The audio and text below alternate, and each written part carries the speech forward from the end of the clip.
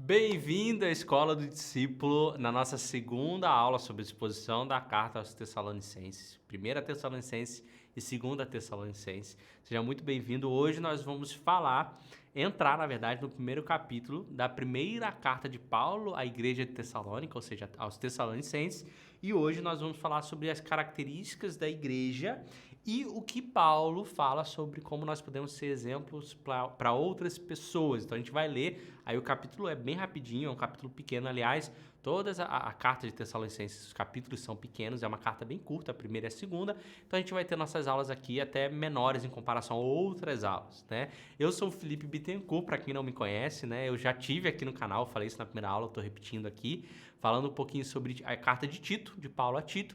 Também falei sobre a carta de Marcos, o Evangelho de Marcos, e algumas aulas eu dei aí no lugar do Felipe Bredel ou do Yuri Bredel quando eles tiveram que viajar, alguma coisa assim. Então é muito bom estar de volta aqui falando sobre essa carta, que é uma carta, apesar de curta, é uma carta paulina com várias doutrinas e princípios importantes para a gente hoje, tá bom? E como eu falei, hoje nós entramos no primeiro capítulo, nós tivemos a primeira aula que foi a introdução da carta, como surgiu a igreja de Tessalônica, né? O que aconteceu para Paulo escrever a carta, os objetivos da carta, tudo isso. Você pode assistir aí no canal da Escola do Discípulo, ela já está disponível para você. E lembrando que a gente tem as próximas aulas, então se você está iniciando essa exposição, não deixa de participar das próximas aulas que nós vamos ter aqui, tá bom? Lembrando mais uma vez, nós não estamos ao vivo, como estamos acostumados a fazer aqui na Escola do Discípulo, mas não quer dizer que não seja uma aula importante, que você possa participar como se estivesse ao vivo, né? A única coisa que vai ter é que eu não vou poder ter interação com vocês aí no chat, né? Poder responder pergunta. Uma coisa interessante, deixem as perguntas, isso vale para a primeira aula e essa, aqui nos comentários, tá? Porque a gente dá uma olhada às vezes, pode responder para ajudar vocês. Mas por que a gente está fazendo esse formato aqui? Porque a gente quer poder avançar mais rapidamente sobre as exposições. Quando a gente dependia da aula ao vivo, a gente dependia do dia e tal, às vezes acontecia imprevisto, não dava para gravar e tal. Agora gravando a gente pode colocar mais rápido, né, essas exposições para vocês poderem estudar e aprender aqui com a gente, tá bom? E sempre como a gente começa, eu queria orar mais uma vez aqui para a gente poder estar iniciando essa exposição aqui da primeira carta aos Tessalonicenses. Pai, mais uma vez eu quero orar ao Senhor, pedindo para que o Senhor venha sobre a nossa vida, Pai. Isso que nós estamos fazendo aqui é com muito amor, com muito carinho, porque sabemos que existe poder na Sua palavra. Nós expomos aqui as Escrituras, nós aprendemos juntos, mas principalmente que o Senhor fale conosco, fale ao nosso coração, trabalhe no nosso coração, molde o nosso caráter para que a gente possa se parecer mais com o Teu Filho. Em nome de Jesus, amém, amém. Então, se você quiser já curtir aí, compartilhar com outras pessoas, postar nos seus stories, marcar a gente, vai ser muito bom a gente mostrar para outras pessoas, né? A gente faz isso aqui de forma gratuita porque a gente entende que isso é algo que pode, de fato, impactar a sua vida, e para a gente impactar a vida dos outros, a gente precisa da sua ajudinha, que é esse clique no curtir aqui, que o YouTube mostra para outras pessoas, e quando você compartilha também com outras pessoas. Aliás, muita gente, eu acho que a maioria das pessoas conheceram a Escola do Discípulo porque viram sendo compartilhados com outras pessoas ou porque o YouTube mostrou para elas. E o YouTube mostra mais quando a gente curte mais, tá bom? Então vamos lá, se você tá com a Bíblia aberta aí, eu aconselho que você abra para acompanhar, para anotar, para estar com a gente vai lá para a primeira carta de Tessalonicenses, no capítulo 1, e a gente vai ler o versículo 1 e o versículo 2, vai explicar um pouquinho sobre ele, depois vai dar continuidade na nossa leitura aqui, tá bom? Vamos lá, 1 Tessalonicenses, do capítulo 1, versículo 1 ao 2. Olha só o que acontece. Paulo, Silvano e Timóteo, a igreja dos Tessalonicenses, em Deus Pai e no Senhor Jesus Cristo. A vocês, graça e paz da parte de Deus e de nosso Senhor Jesus Cristo. Sempre damos graça a Deus por todos vocês, mencionando-os em nossas orações, tá? Pausa aqui, versículo 1 e versículo 2, vamos entender um pouquinho de algumas coisas importantes que já está acontecendo aqui. Primeira coisa é que nós vemos três pessoas aparecendo aqui, né? Paulo, Silvânio e Timóteo. Paulo e Timóteo são duas pessoas já conhecidas. A gente tem a carta que Paulo escreveu a Timóteo, que era um discípulo do próprio Paulo. A gente tem o apóstolo Paulo, mas a gente tem Silvano aqui aparecendo, né? Silvano, na verdade isso está o ponto 3, não vou falar disso agora não. A gente sabe que essa carta foi de autoria de Paulo, mas também a gente vê essas duas pessoas que eram companheiros de Paulo nesse momento. Não quer dizer que eles também escreveram essa carta, apesar da gente não saber. Mas não quer dizer, às vezes Paulo só está citando eles porque eles estão ali perto deles, companheiros nesse momento que Paulo estava escrevendo essa carta, tá bom? Mas ela é de autoria paulina, Paulo escreveu, tá? E a gente pode perceber algo interessante aqui. Quem já viu as outras exposições que a gente tem aqui no canal, com certeza já deve ter percebido. Se a gente for olhar algumas outras cartas de Paulo, na verdade a maioria das cartas dela, a gente vê Paulo começando assim: apóstolo Paulo é escolhido pelo Senhor Jesus Cristo e tal, tal, tal, tal. A gente vê sempre Paulo defendendo o apostolado dele. Aqui, isso não acontece. Paulo fala que ele é Paulo. Paulo, Silvano e Timóteo. Por quê? Provavelmente, Paulo não precisava defender o apostolado dele para essa igreja. Não havia essa necessidade, como tem em outras cartas que ele escreve. Então, a gente entende que essa igreja lá em Tessalônica acreditava que Paulo era, de fato, um apóstolo mesmo, tá bom? E aí a gente vê esse Silvano aparecendo, que é o que eu estava falando. Na verdade, esse Silvano nada mais é do que Silas, né? É porque Silas é o formato grego, Silvano é o formato, eu não lembro, eu acho que é hebraico, tá? Mas Silas é o grego do Silvano, é igual Paulo e Saulo, entendeu? Um é grego e o outro é hebraico, então todos são iguais. Então, esse Silvano é Silas. Quem que é Silas? Silas estava com Paulo na segunda viagem dele. Inclusive, Silas estava com Paulo lá em Tessalônica, que a gente vê em Atos. Depois eles vão para Filipos, né? Na verdade, eles estavam em Filipos antes. E eles são presos. É aquela cena onde eles cantam na prisão, eles são libertos. Aí tem o carcereiro que se converte. Tudo isso, Silas estava com Paulo, né? E a gente tem Timóteo, que também estava com Paulo na segunda viagem e na terceira viagem missionária. E ele foi pastor de Filipos, né? Inclusive, ele foi visitar Paulo antes do martírio de Paulo. Quando Paulo fala, né, que Timóteo visitar, traz a minha capa e tudo mais. Então, esse Timóteo que é um dos principais discípulos do apóstolo Paulo. Então, são esses três personagens que nós temos aqui. E aí a gente continua, né, esse versículo e fala: a igreja dos Tessalonicenses, em Deus Pai e no nosso Senhor Jesus Cristo, a vocês graça e paz da parte de Deus, de nosso Senhor Jesus Cristo. Isso é interessante, porque Paulo ele dirige essa carta não a uma pessoa exclusivamente ou a liderança daquela igreja. Ele dirige essa carta à igreja dos Tessalonicenses. Então era uma carta pública ao povo, à igreja que vivia lá. Então é para todas as pessoas que estavam lá, tá bom? E é interessante que ele fala assim: a igreja dos Tessalonicenses em Deus Pai e no nosso Senhor Jesus Cristo. Então, mais uma vez, assim como Paulo faz nas outras cartas, né, ele fala sobre a localidade da igreja, mas ele fala onde essa igreja está sustentada, que ela não é só sustentada no local físico, que se chama Tessalônica, a cidade, mas ela é sustentada em Deus Pai e no Senhor Jesus Cristo. Então, a igreja ela tem dois endereços, o endereço físico e o endereço espiritual, digamos assim. Então, ele fala: olha, eu estou escrevendo essa igreja, mas ela não é só uma igreja tessalônica, mas ela é uma igreja sustentada pelo próprio Deus e pelo Senhor Jesus Cristo. Sem Deus e sem a obra de Jesus, nenhuma igreja se sustenta, nenhuma igreja permanece, nenhuma igreja é estabelecida. É como se o fundamento, como não, né? O fundamento é o próprio Senhor Jesus Cristo. Sem ele, não há igreja. Então, Paulo, ele sabe disso, ele fala: a igreja dos Tessalonicenses em Deus Pai e no Senhor Jesus Cristo. Ou seja, vocês estão estabelecidos sobre quem Jesus é. E Jesus sustenta a vida de vocês e a igreja de vocês. E ele fala: graça, né? Graça e paz da parte de Deus, de nosso Senhor Jesus Cristo. É interessante, Paulo ele sempre usa essas duas palavras, e como muitas vezes essas palavras acabam entrando no nosso vocabulário evangeliquez, né? Graça e paz do Senhor Jesus Cristo, a gente não entende a profundidade desses elementos que estão aqui. A graça que Paulo fala, ele fala isso nas outras cartas, é a causa da salvação. Então, por causa da salvação, a graça foi... na verdade, por causa da graça nós tivemos salvação. Então, o que sustenta a salvação é a graça. E por causa da salvação, a paz foi derramada sobre as nossas vidas, tá? O que quer dizer isso, né? Não há salvação sem a graça e não há paz sem salvação. Então, por causa da graça, nós recebemos salvação. E por causa da salvação, nós temos paz. Entendeu isso? Beleza? Por causa da graça, eu sou salvo. E por causa da salvação, hoje eu posso ter paz de que eu sou salvo, de que eu vou ter vida eterna, de que a minha vida foi liberta. Por causa da salvação, hoje eu tenho paz sobre a minha vida.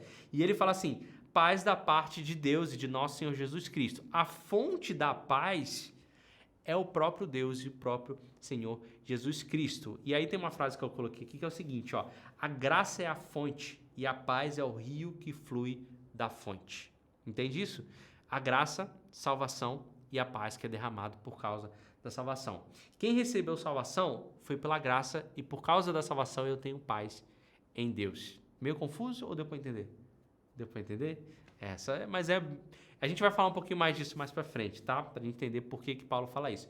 E a gente continua no versículo 3, tá? Ainda capítulo 1, versículo 3, que diz o seguinte: lembramos continuamente diante de nosso Deus e Pai o que vocês têm demonstrado, o trabalho que resulta da fé, o esforço motivado pelo amor e a perseverança proveniente da esperança em nosso Senhor Jesus Cristo.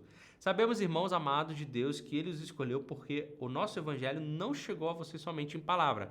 A gente falou dessa parte na aula passada, lembra? Mas também em poder no Espírito Santo e em plena convicção. Vocês sabem como procedemos entre vocês em seu favor. Vamos lá, que aqui a gente tem a parte principal desse capítulo 1. A parte principal, o cerne, o centro do capítulo 1. Paulo, ele vai falar de 3 elementos aqui, a partir do versículo 3. Lembramos continuamente diante do nosso Deus e Pai que vocês têm demonstrado o trabalho que resulta da fé, o esforço motivado pelo amor e a perseverança proveniente da esperança. É muito importante a gente parar aqui e ler sobre isso, porque Paulo está trazendo 3 elementos. Esses 3 elementos, que são a fé, o amor e a esperança, eles são a base da vida cristã. Ele é que sustenta toda a vida cristã. Então, Paulo, ele fala desses 3 elementos porque ele sabe que isso é que caracteriza um cristão maduro e uma igreja madura. Fé, amor e esperança. E ele fala sobre o que isso gera. Ele fala, a fé que resulta em trabalho. É a primeira coisa que ele fala. Essa fé de vocês, a fé que é um elemento central na vida de qualquer cristão, o resultado dessa fé, o fruto dessa fé é o trabalho. Então, quando eu tenho fé naquilo que eu creio, naquilo que me sustenta, eu tenho prazer em fazer o que é bom para o reino. Então, ele fala, o trabalho que resulta da fé. Então, a fé tem o resultado, o trabalho. Então, onde tem fé verdadeira, nós temos obra. Onde tem fé verdadeira, nós temos serviço. E é interessante que essa palavra que Paulo usa no grego aqui, de trabalho, resumindo, significa trabalho ativo governado pela fé. Então, todo trabalho, todo serviço na igreja deve ser um trabalho ativo, que não para, onde o governo que sustenta aquele trabalho é a própria fé. Então, se eu tenho fé, eu trabalho. E aí é interessante que a gente vai ver qual que é esse trabalho depois, lá no versículo 6 a 10, né? Alcançar os não alcançados. Então, preste atenção no seguinte, se eu tenho fé naquele que me salvou, fé na ressurreição de Cristo, o fruto da minha fé é o trabalho. Isso é interessante porque se você tem pessoas que você conhece, seja na sua comunidade, na sua igreja, que não servem, essa falta de serviço pode ser falta de fé. Porque a fé gera o trabalho. O fruto da fé é o trabalho. Então, se não tem trabalho, talvez não esteja tendo fé. Porque, cara, quem de fato está ali posicionado naquilo que Jesus fez e acredita de todo o coração, de todo o entendimento, de toda a força que Jesus morreu e ressuscitou, não tem como a gente não ter o desespero de alcançar outras pessoas, de fazer trabalhos que alcancem outras pessoas. Porque se você entende que aquela pessoa está perdida e vai para o inferno e você foi salvo, o mínimo de compaixão que eu tenho é tentar fazer com que essa pessoa seja resgatada também. Então, se eu tenho fé naquilo que Jesus fez, eu quero servir e o meu fruto vai ser servir, e aí, como a gente viu no versículo 6, alcançar outras pessoas. Então, talvez falta um pouco de fé no nosso coração quando a gente não está evangelizando, quando a gente não está falando do amor de Deus, quando a gente não está servindo na nossa igreja. E aí, ele fala do outro elemento, que é o amor. Esforço motivado pelo amor. Isso é interessante que esse esforço que Paulo utiliza, essa palavra, ela significa trabalho suado, exaustivo e cansativo.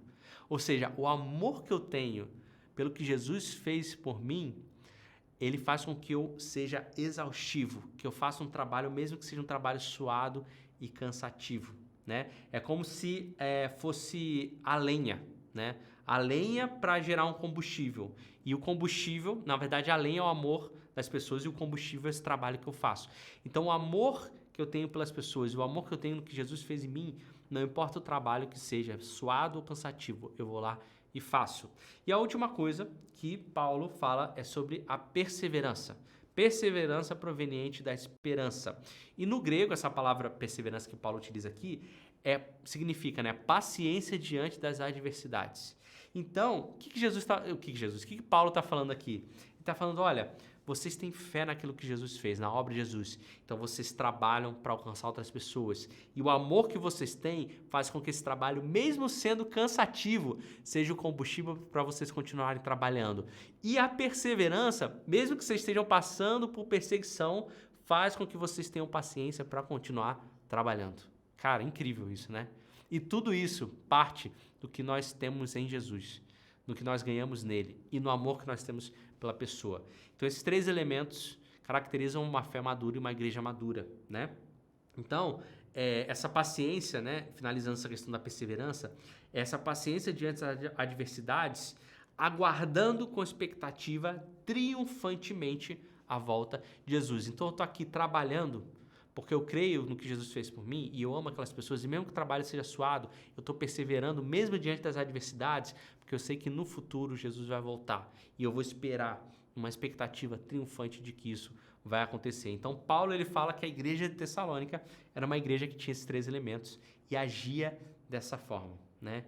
A minha pergunta é, olhando para a nossa vida, não olhando para a nossa igreja, para a nossa comunidade, será que eu tenho tido fé para trabalhar? Será que eu tenho tido amor para trabalhar exaustivamente? E será que eu tenho tido perseverança no meu trabalho, entendendo que existe algo que vem no futuro, que é a volta de Jesus, e permanecido pacientemente nesse trabalho? É uma boa pergunta, hein? É uma reflexão e um devocional para a gente, para que o Espírito Santo trabalhe no nosso coração. E ele continua, sabemos, irmãos amados de Deus, que ele os escolheu porque o nosso evangelho não chegou a vocês somente em palavra, mas também em poder no Espírito Santo e em plena convicção. A gente falou desse texto na aula passada, tá bom? Mas o interessante é que Paulo fala sobre Deus ter nos escolhido, tá? Eu não vou entrar agora aqui no debate, né? Existe eleição, existe predestinação, não é isso, quer dizer, pode ser isso ou pode não ser, depende do que você crê, mas o que eu quero falar aqui é que a prova de eu ser escolhido por Deus, isso pode ter sido eleição, ou pode ter sido onisciência de Deus, ou pode ter sido uma coisa que alguns falam que Deus sabe que você vai escolher, ele meio que volta no tempo e antes da fundação do mundo te escolhe, é uma coisa meio doida, mas a prova de que eu sou escolhido por Deus, seja por qualquer uma dos pensamentos que as pessoas creem, é que eu tenho poder e plena convicção. Quando eu tenho poder, quando eu falo da palavra, eu compartilho a palavra e eu tenho plena convicção daquilo que eu estou falando, isso é uma prova viva de que o Espírito Santo está atuando na minha vida. Então, isso é uma forma da gente identificar quando a pessoa realmente acredita naquilo que ela está falando. Eu não esqueço uma vez que o Ângelo Basso, ele esteve aqui na nossa igreja, talvez vocês conheçam ele, e eu perguntei para ele, a gente teve a oportunidade de sair para comer com ele depois do culto, assim, né? E a gente trocando ideia, né? Aprendendo muito com ele. Perguntei para ele assim, o que ele vê que é interessante que o líder, um pastor de uma igreja tenha, né? Aí ele falou de alguns aspectos, né? Ele falou de 3 aspectos, né? E um deles foi assim, as pessoas elas farejam falsidade. Então, se você for realmente alguém que fala aquilo que acredita, as pessoas vão se conectar com você e vão querer te seguir. Então, se você prega com convicção, se você tem uma visão que veio de Deus, você tem convicção de que aquilo é real, as pessoas vão querer te seguir como líder e vão querer estar junto com você. Isso é muito interessante, né? E sem poder e convicção do Espírito Santo, não adianta pregação. Então, não adianta a pessoa ser um palestrante bom, falar bem, né? Gesticular bem, ter boas palavras, ser um coach da vida, se ela não tiver poder e convicção que vem do Espírito Santo. Não adianta ter o melhor expositor da Bíblia com uma exegese fantástica, se ele não tiver poder e convicção que vem do Espírito Santo. Não adianta. Sem o Espírito Santo não há salvação, não importa a oratória da pregação. Isso é muito importante. Isso aqui vale para qualquer contexto. Às vezes você está querendo converter um familiar, converter alguém que você conhece, algum amigo próximo. Se não há Espírito Santo atuando na sua vida, não há convicção e não há poder. Se não há convicção e não há poder, não adianta. As pessoas não são impactadas, como a gente viu através da vida de Paulo, que em 3 semanas, como a gente falou na aula passada, conseguiu transformar e criar uma igreja em Tessalônica, né? Isso é muito, muito interessante. E a gente continua lá no versículo 6, né? Versículo 6, que fala o seguinte: Capítulo 1, versículo 6. De fato, vocês se tornaram nossos imitadores do Senhor. Presta atenção, hein? Presta atenção aqui, ó. Apesar de muito sofrimento, receberam a palavra com a alegria que vem do Espírito Santo. E assim tornaram-se modelo para todos os crentes que estão na Macedônia e na Acaia. Olha só o que nós vemos Paulo falando aqui. É o seguinte, primeiro ele começa falando assim, olha, de fato vocês se tornaram nossos imitadores e do Senhor. Primeira coisa que Paulo fala, olha, vocês se tornaram nossos imitadores. Vocês começaram imitando a gente primeiro. Então, nós, como pessoas que somos cristãs, evangélicas, que cremos no Senhor Jesus, antes das pessoas que estão vindo para a nossa igreja pela primeira vez ou se convertendo, imitarem a Deus, elas vão imitar a nós. Elas vão imitar quem nós somos. Tem até uma piada, né? Não olha para mim não, olha para Deus. Não, o irmão ele vai olhar para você. Como o Paulo falou, olha, antes de vocês imitarem a Deus, vocês começaram imitando a gente. E é normal que isso aconteça. E espero que isso aconteça sim, porque nós estamos imitando a Deus. Então, se nós estamos imitando a Deus, vocês estão nos imitando que estamos imitando a Deus. Depois, eles começaram a imitar o próprio Deus, o próprio Senhor. Então, o mundo só vai imitar a Cristo depois que ver Cristo sendo imitado pela igreja. É só isso. Então, o mundo só vai imitar Cristo depois de ver Cristo na igreja. Então, se nós não estamos imitando a Cristo, nós não estamos conseguindo passar para o mundo como deve se viver. Enquanto nós não estivermos imitando a Cristo, o mundo não vai querer imitar a Cristo e não vai imitar Cristo. Então, começa por nós. Começa porque nós somos, né? Imitadores de Cristo. E aí Paulo fala, ó, mesmo na perseguição, no sofrimento, receberam a palavra com a alegria que vem do Espírito Santo. Então Paulo está falando assim, olha, vocês se tornaram imitadores de Cristo depois e mesmo na perseguição vocês continuaram imitadores de Cristo. Vocês não mudaram a forma de viver só porque vocês estavam sofrendo perseguição e principalmente sofrimento, que é a palavra que ele utiliza. Então, eles mesmo no sofrimento, eles continuavam imitando a Cristo e mesmo no sofrimento, eles recebiam a palavra com alegria. Agora eu quero que você preste muita atenção. Porque enquanto eu preparava essa palavra específica falou muito com o meu coração. Olha que impressionante. As pessoas estavam passando por um sofrimento, por perseguição. Mesmo assim, elas continuavam imitando a Cristo.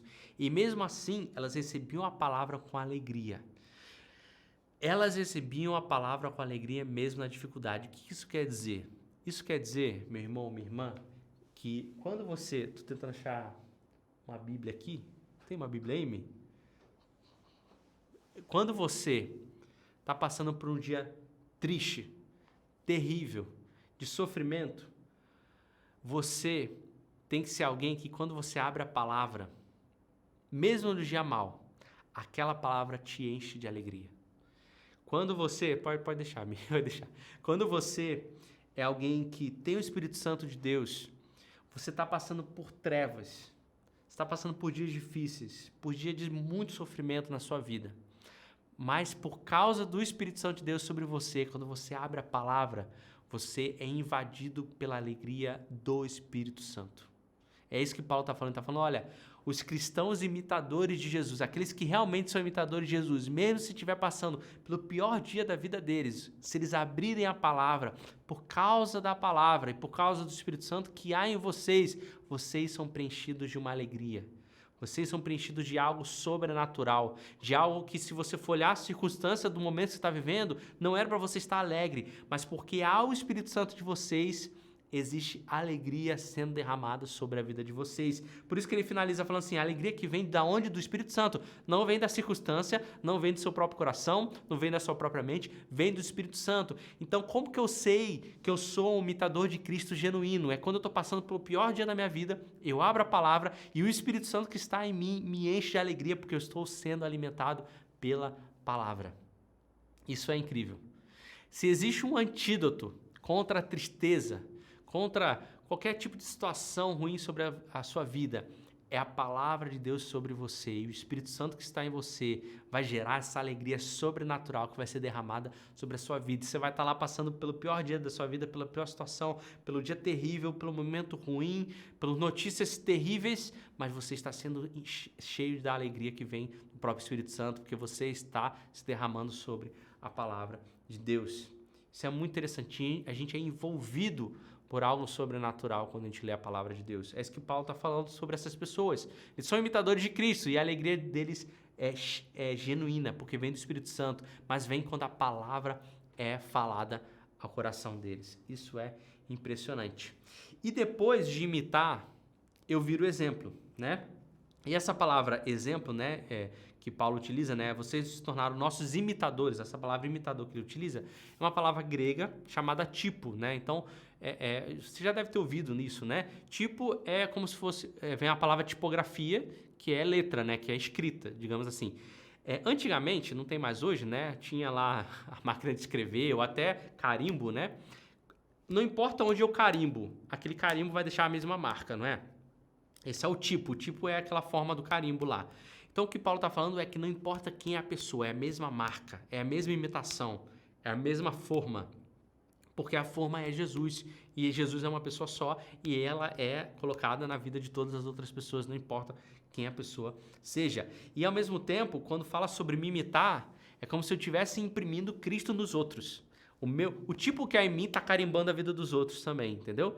Então, quando eu me torno alguém que imita Jesus e as pessoas começam a me imitar, eu estou imprimindo Jesus na vida delas o tempo todo também, assim como Jesus está sendo imprimido na minha vida também. Não tem maneira melhor de impactar a vida dos outros. E aí, finalizando os 3 versículos finais, versículo 8, 9 e 10, olha o que Paulo escreve. Porque, partindo de vocês, propagou-se a mensagem do Senhor na Macedônia e na Acaia. Não somente isso, mas também por toda a parte tornou-se conhecida a fé que vocês têm em Deus. O resultado é que não temos necessidade de dizer mais nada sobre isso, pois eles mesmos relatam de que maneira vocês nos receberam, como se voltaram para Deus, deixando os ídolos a fim de servir ao Deus vivo e verdadeiro, e esperar dos céus a seu Filho, a quem ressuscitou dos mortos, Jesus, que nos livra da ira que há de vir. Isso é muito interessante, que Paulo finaliza aqui esse capítulo.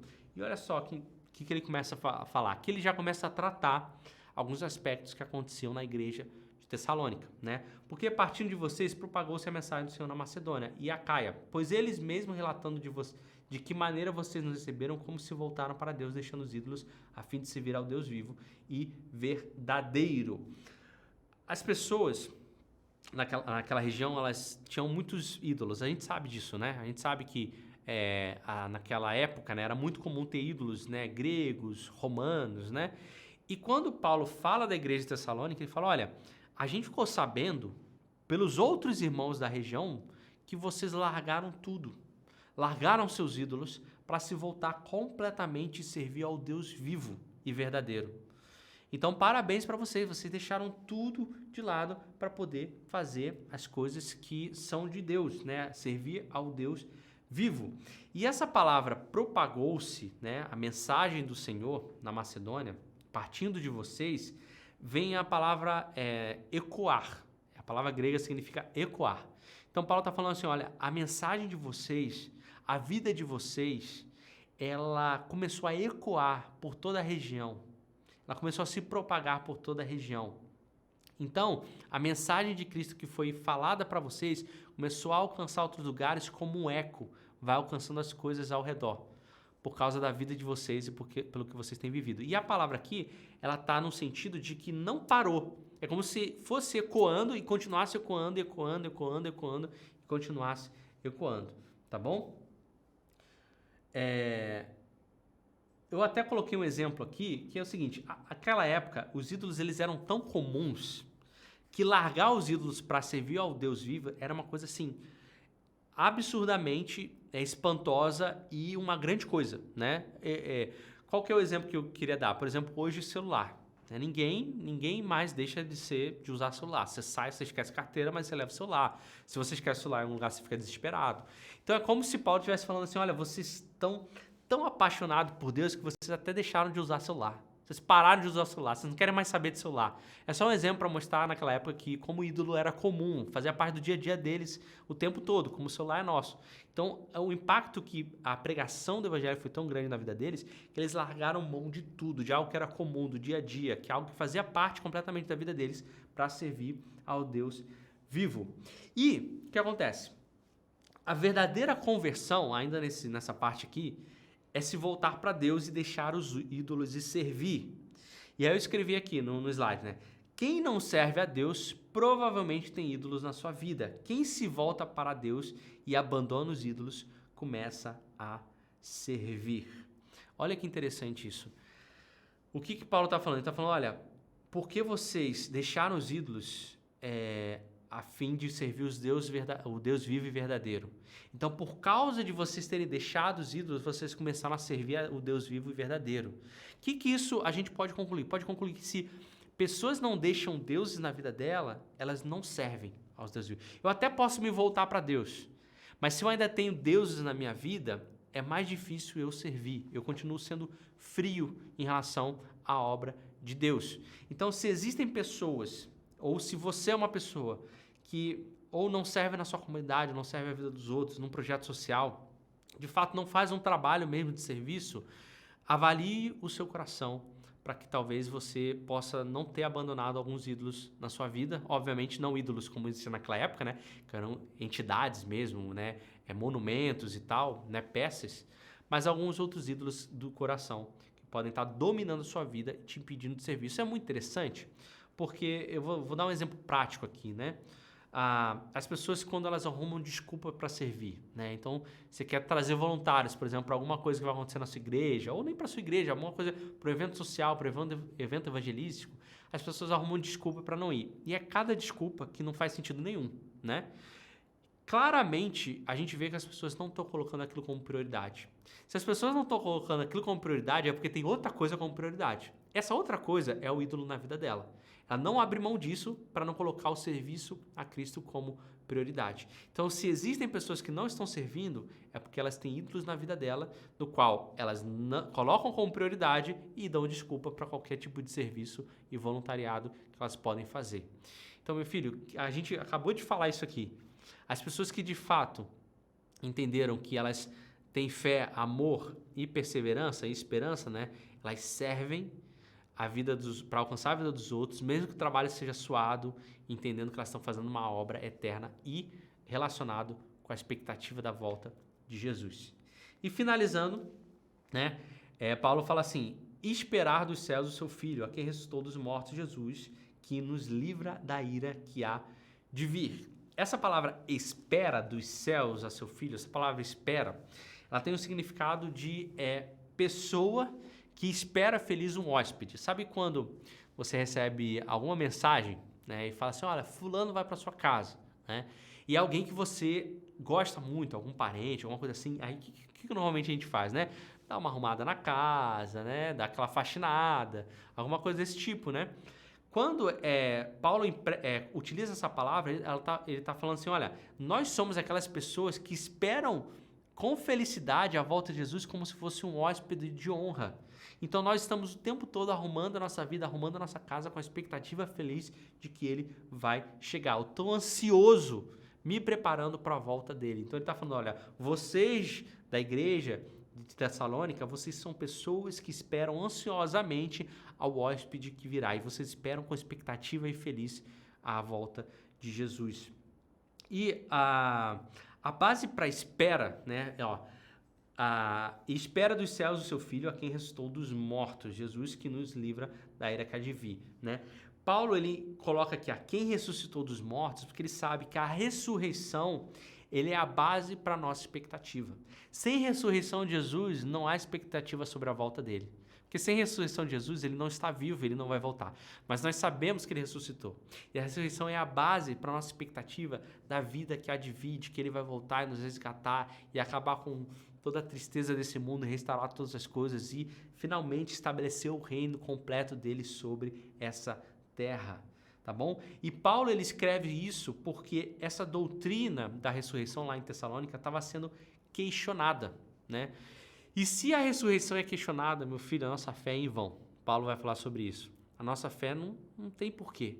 Se a gente fala de um Deus vivo que venceu a morte e por causa de ele ter vencido a morte, hoje nós temos salvação e por causa da salvação hoje nós podemos ter vida plena, vida abundante e por causa disso nós podemos ter vida eterna e tudo isso está embasado na ressurreição. Se isso não aconteceu, não adianta nada o resto.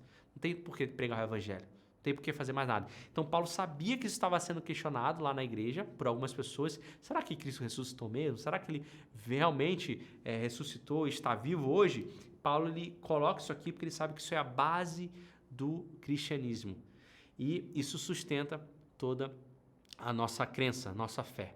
Então, Paulo ele insere essa informação porque ele sabe que isso estava sendo questionado lá pelas igrejas, pelas pessoas na igreja de Tessalonicenses. Amém? Pessoal, essa é a nossa exposição desse primeiro capítulo, como eu falei, né? Mais curto, é um capítulo curto e todos os capítulos normalmente são assim, então as aulas talvez sejam um pouco mais curtas, mas como nós temos coisas aqui fantásticas para a gente aprender, né? A primeira coisa que nós vemos aqui é que as pessoas vão estar olhando para a gente e nós precisamos ser imitadores de Cristo para que elas nos imitem e a gente imprima nelas a imagem de Cristo. Isso é muito importante. A outra coisa é que eu preciso ser alguém, um cristão maduro, que tem fé, amor e perseverança. Fé que gera trabalho, amor que faz com que eu permaneça no trabalho mesmo ele sendo suado e perseverança de continuar trabalhando sabendo que no futuro ele vai voltar. Isso é muito importante. E uma das coisas que a gente viu aqui também é que quando nós temos uma conversão verdadeira para servir ao Deus vivo, nós deixamos os ídolos. E quando nós não estamos servindo, nós temos outra coisa com prioridade, que provavelmente é algum ídolo na nossa vida. Então, se falta serviço sobre nós, sobre a nossa vida, por desculpas que nós arrumamos, é porque podem ter outros ídolos na nossa vida.